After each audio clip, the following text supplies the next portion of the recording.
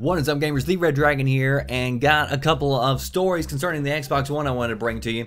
So the first one is, for those of you who care about the technical aspects of it, the GPU has been optimized and they're getting 7% more power out of the GPU, or it's running 7% faster, I guess I should say. So they went from 800 megahertz to 853 megahertz. So pretty good jump there. Of course, if you're like me, you're just a regular person, it doesn't mean anything. You won't notice it on screen probably. But for those of you who care, you know, there you go. And all the way up until the very end, PlayStation and Xbox are going to be optimizing, streamlining all their stuff, and the engineers are going to try to be making everything run smoothly. And you know, I really, like I've said in the past, specs, some people say, you know, if you're trying to say that specs don't matter, that you're trying to bring one system down or bring another one up, it's not like that at all. You may have a situation where one console, the PlayStation 4, would have better graphics in the end, and you know, if that's your top priority, if that's your number one reason for gaming, you know, then fine, okay, that's a good reason to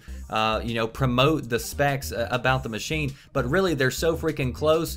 I don't ever see a situation where, unless you're looking at a game side by side that's on both platforms, then you're never going to know. Nobody's ever going to know the difference, to be honest with you. Now, there might be games that are specific for that they totally optimized for, that it does look a lot better, but it's not going to be something where it's like Super Nintendo versus, you know, Xbox or PlayStation 4 generation graphics. Like, you're not going to have that big of a leap, you know, as far as what I'm saying. So, like I said, you know, for those of you who care, the GPU is being optimized. For those of us who probably don't care, yeah, I don't either, so there you go. Another story I want to bring to you is a story that I talked about a few months ago about the Xbox Augmented Reality glasses. Now, I told you Xbox was developing something that was going to go similar along the lines, at least it seemed like, with kind of like Google Glass or a mixture of that and Oculus Rift or something, but Oculus Rift is virtual reality. We're talking about augmented reality, and the difference is augmented reality is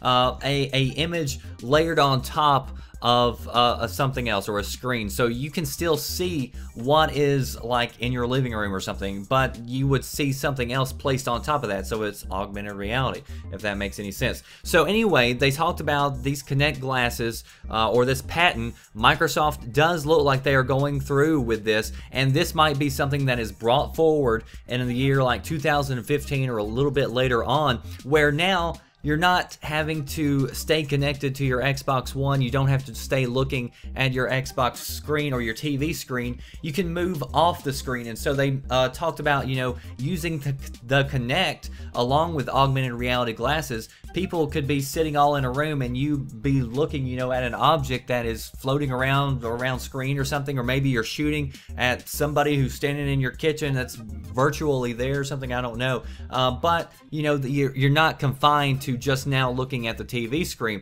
And of course, Sony, I do want to mention, has their own virtual reality glasses that I've talked about before. But, you know, if something else comes about that, we'll talk about that. So anyway, I'm not sure what the differences are. We don't know how well this will work, but they do talk about being able to play tennis, being able to sword fight with somebody.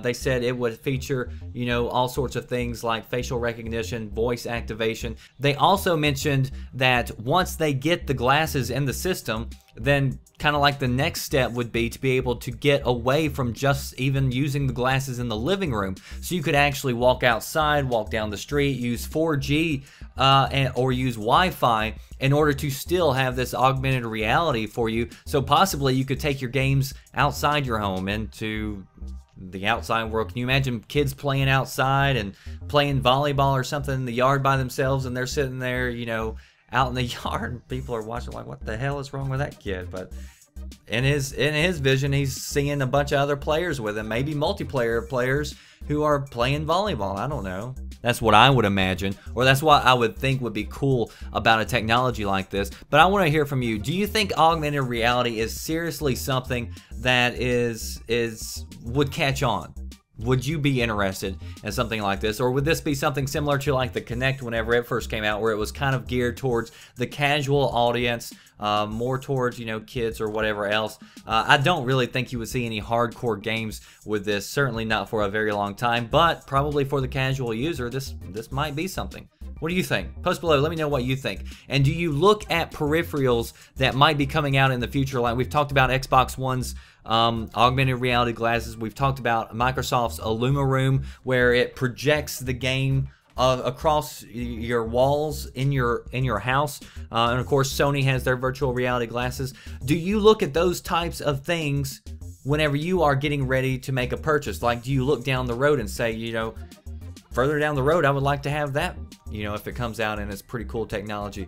Post below, let me know what you think. If you want to hear the latest news, stay tuned to VGMVideoGamesAndNews.com. Also, I will leave a link in the description box so you can go check out the stories for yourself. That does it for me, The Red Dragon. I'll see you next time. Thanks for watching.